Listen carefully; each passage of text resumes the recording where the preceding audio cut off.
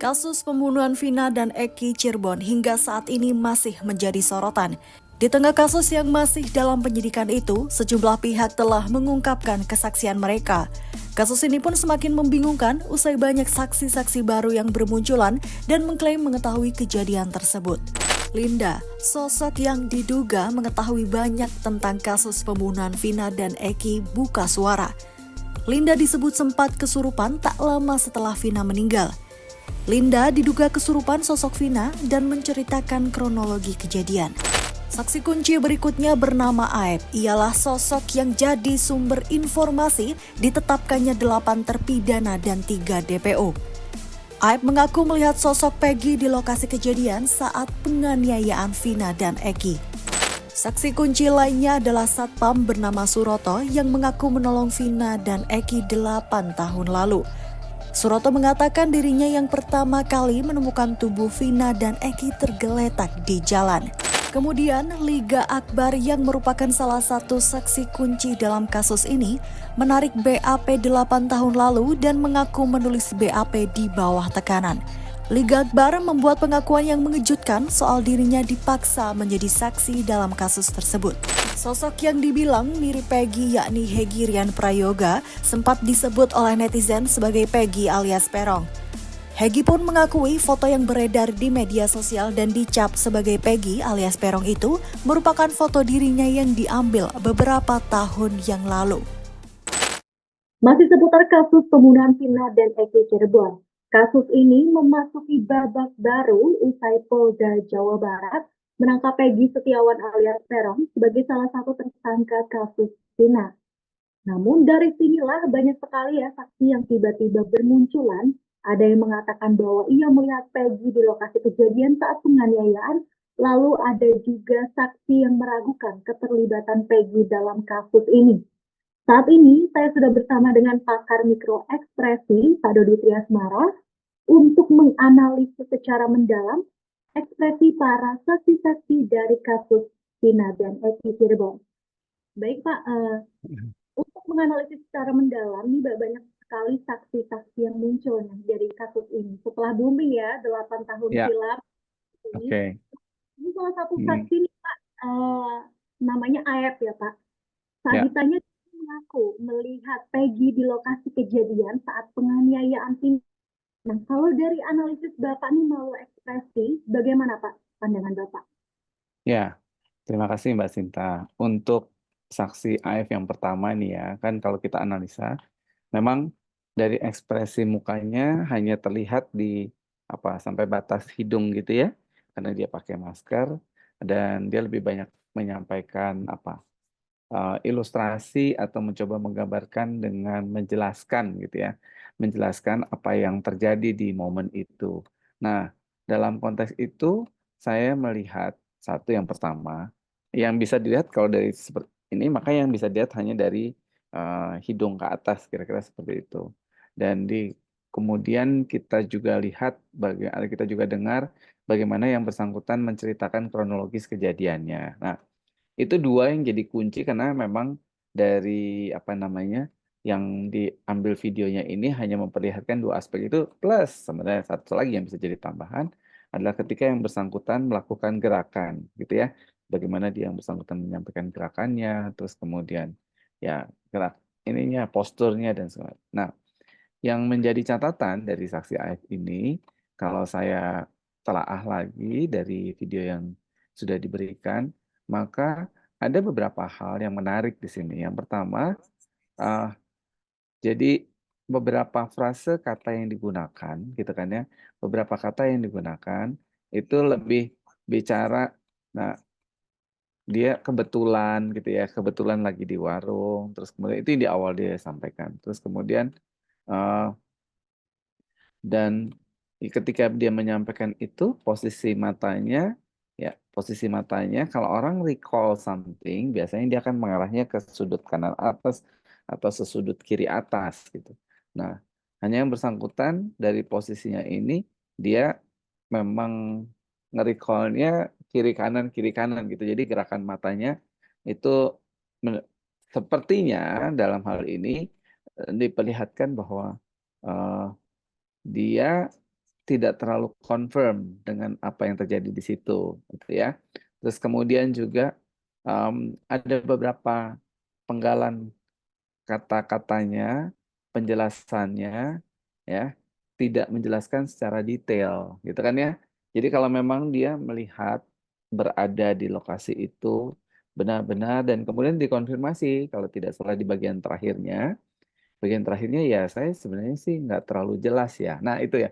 Jadi um, the sequence itu yang kemudian bisa kita analisa, jabarkan kalau memang yang bersangkutan memang ada di lokasi atau siapapun yang ketika memang berada di satu situasi keadaan seperti Mbak Sinta misalnya melihat satu sebuah kejadian dan ada di lokasi itu, Mbak Sinta kemungkinan besar bisa menjelaskan secara lebih detail ya. Ada apa, momennya di mana, lokasinya di mana, gerakannya apa, misalnya seperti itu. Kalau dia tidak terlalu jelas atau memang gelap ya, kondisinya gelap ya, berarti kan ada keterbatasan penglihatan. Kira-kira gambarannya kira-kira itu aja Mbak, dari tiga aspek itu. Baik, Pak. Jadi kalau menurut Bapak ini dia agak meragukan ya keterangannya. Jadi masih meraba-raba gitu ya, Pak ya. Ya, ada beberapa diksi atau kata yang digunakan kayaknya ya gitu. Jadi eh, ketika menyampaikan informasi itu memang perlu dijelaskan dan dia bisa menceritakan dengan runut atau bahkan ya mungkin tidak harus runut tapi detail-detailnya itu yang nanti akan bisa dikonfirmasi atau terkonfirmasi lagi. Kira-kira Baik, begitu Mbak Sinta. Hmm. ya, baik. Masih berkaitan dengan saksi ahli ini kebalikannya nih, Pak Suroto nih. Pak Suroto ini kan Ya, juga salah satu saksi yang dia mengaku adalah dia yang menemukan pertama kali tubuh Vina dan Eki ya, tergeletak nih. Dan beliau ini yang dari saya lihat nih waktu wawancara atau interview dengan wartawan ini dia bisa menjelaskan dengan detail Pak bagaimana posisi tubuh Vina, bagaimana kondisinya dan bahkan beliau ini juga mengaku ikut ke rumah sakit mengantarkan korban gitu kan. Kalau menurut Pak ya. Dodi analisa dari gerak-gerik kemudian cara bicara, mimik muka ini bagaimana Pak?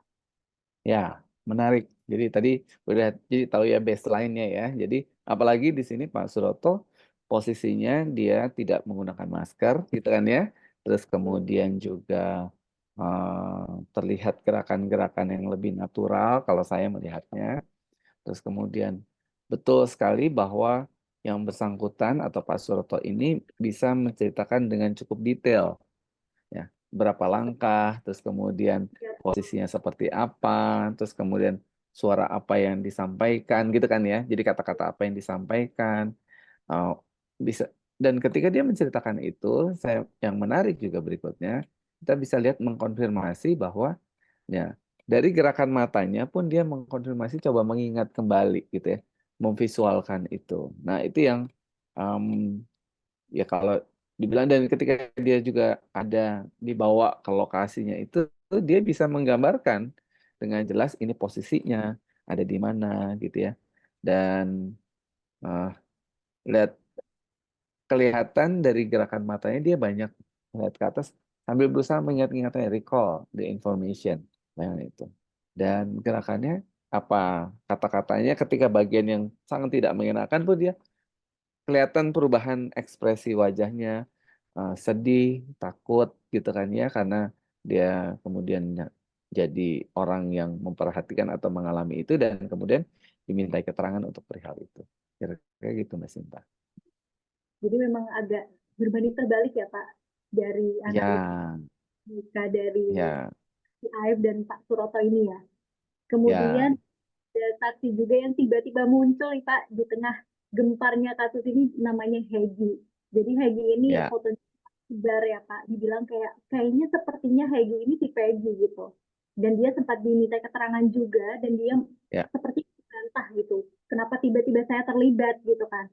Kalau ya, dari pandangan Pak Dodi, bagaimana ekspresi muka dari si Hegi ini Pak? ya. Si Mas Hegi ini menarik lagi. Ini agak sikonsnya agak berbeda ya. Jadi Hegi ini kelihatan mukanya apa?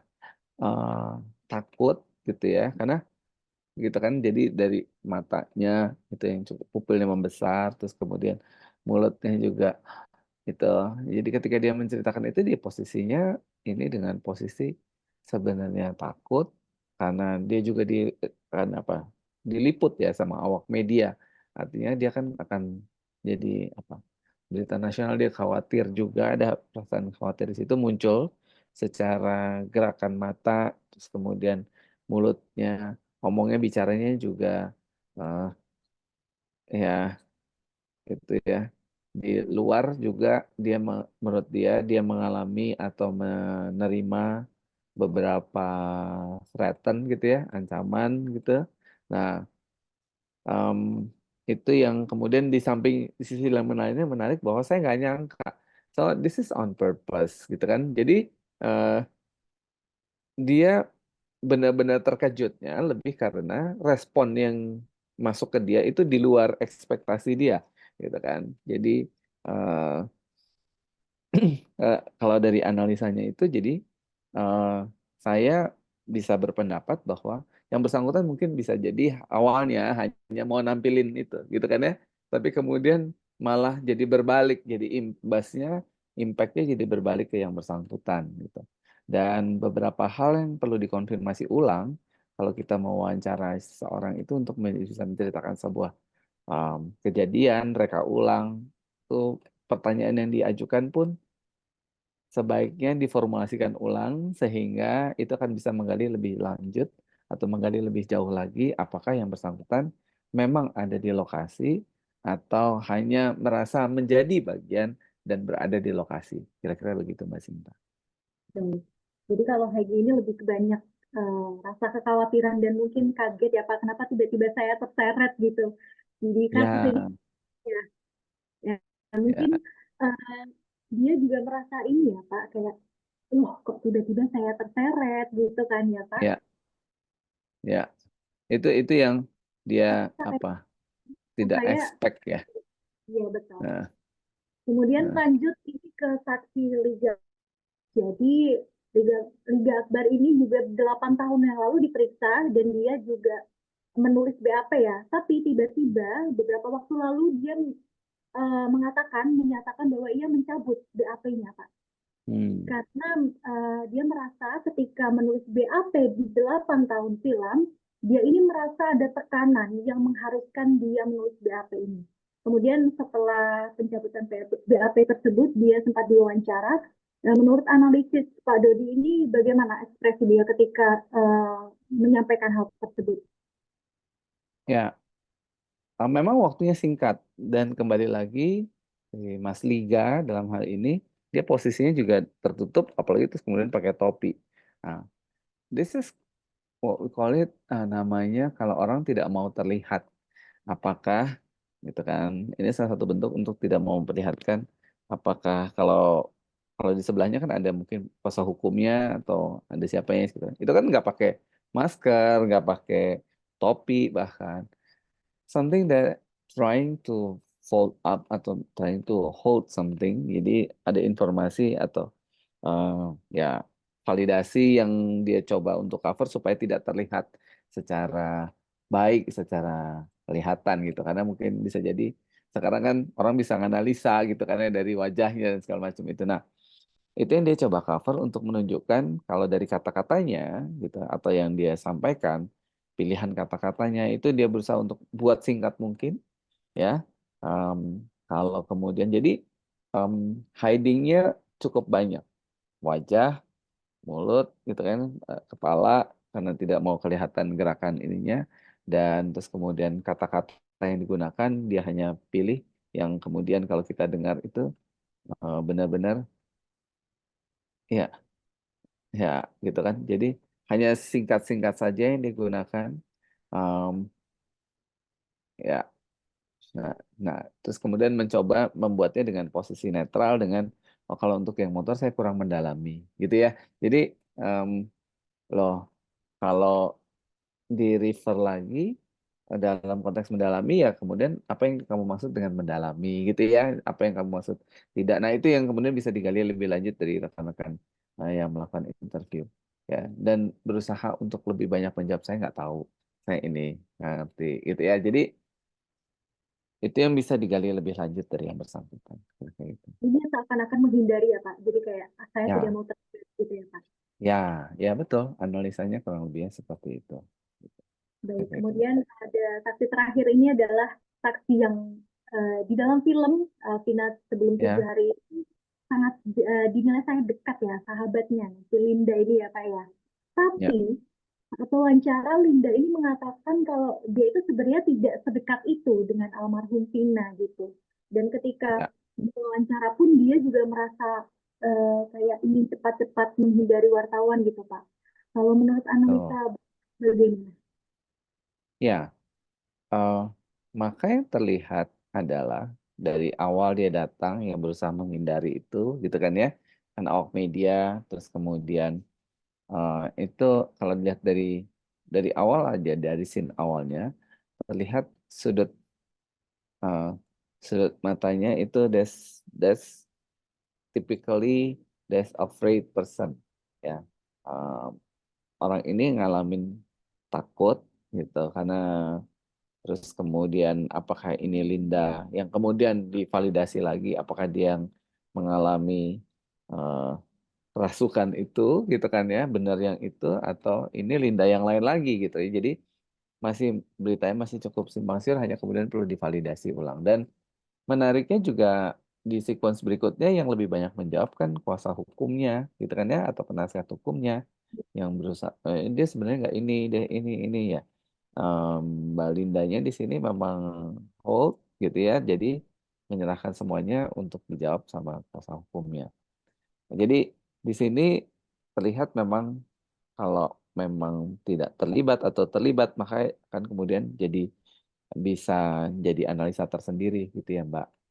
Apakah kalau dia memang oke dan memang netral maka ya dia bisa menceritakan saja situasinya gitu kan ya detail. Nah ini kan kemudian ada diksi pilihan kata dalam konteks ini dia saya nggak tahu saya ini nggak jadi nggak deket kok jadi ini ya jadi kalau kemudian terjadi kontradiksi yang perlu divalidasi ulang. Kira-kira begitu, Mbak Sinta. Kalau dari analisis Bapak nih dari AEP, kemudian Puroto, Hegi, dan lain sebagainya, Ya. em, ada nggak Pak kejanggalan? Kejanggalan yang mungkin Hmm. dari saksi-saksi ini menurut Bapak? Ya, kalau kita lihat dari sisi mikro ekspresi ya, Mbak, dari sisi mikro ekspresi, maka ketika seseorang itu tidak bisa menjelaskan satu, jadi mikro ekspresi itu tidak hanya terbatas dari mimik wajah kayak seperti saya melihat Mbak Sinta gitu ya, apakah Mbak Sinta senang atau unhappy atau whatsoever itu sedang mengalami pressure dan segala macam itu memang bisa kelihatan gitu. Tapi kemudian ketika dia mengekspresikan itu dalam bentuk kata-kata, pilihan kata, maka dari saksi-saksi ini terlihat ketika dia memang ada di lokasi kalau bicara saksi ya. Terus kemudian yang mengalami kejadian itu terlihat distingsinya sangat jelas. Karena yang bersangkutan akan bisa menceritakan walaupun itu kejadian udah sekian tahun yang lalu, karena rekamannya cukup baik, maka dan dia ada di situ, maka yang bisa diberikan jawaban detail, eh, lengkap dan bisa menggambarkan lokasi dan segala macam itu. Tapi kalau kemudian ada yang sifatnya hanya di permukaan saja atau bahkan mungkin melihat dari kejauhan gitu atau bahkan tidak ada di lokasi, maka yang diceritakan lebih kepada dalam tata urutan waktu gitu ya.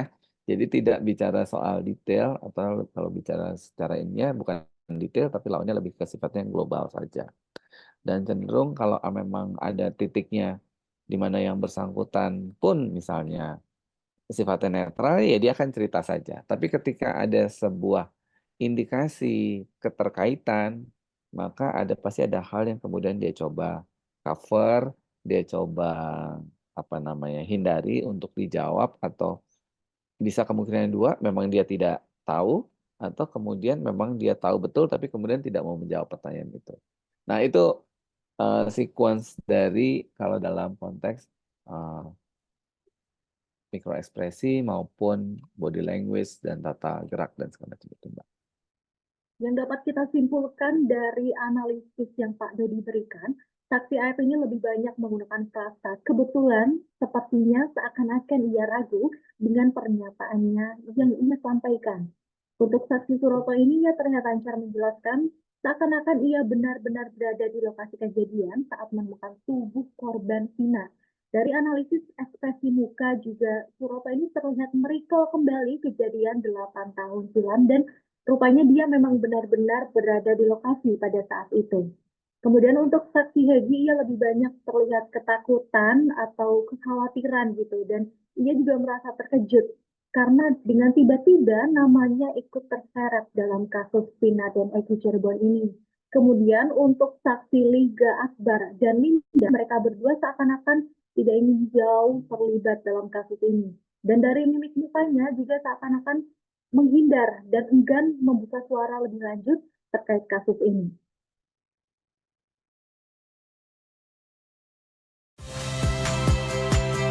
Saya Magister Tarigan.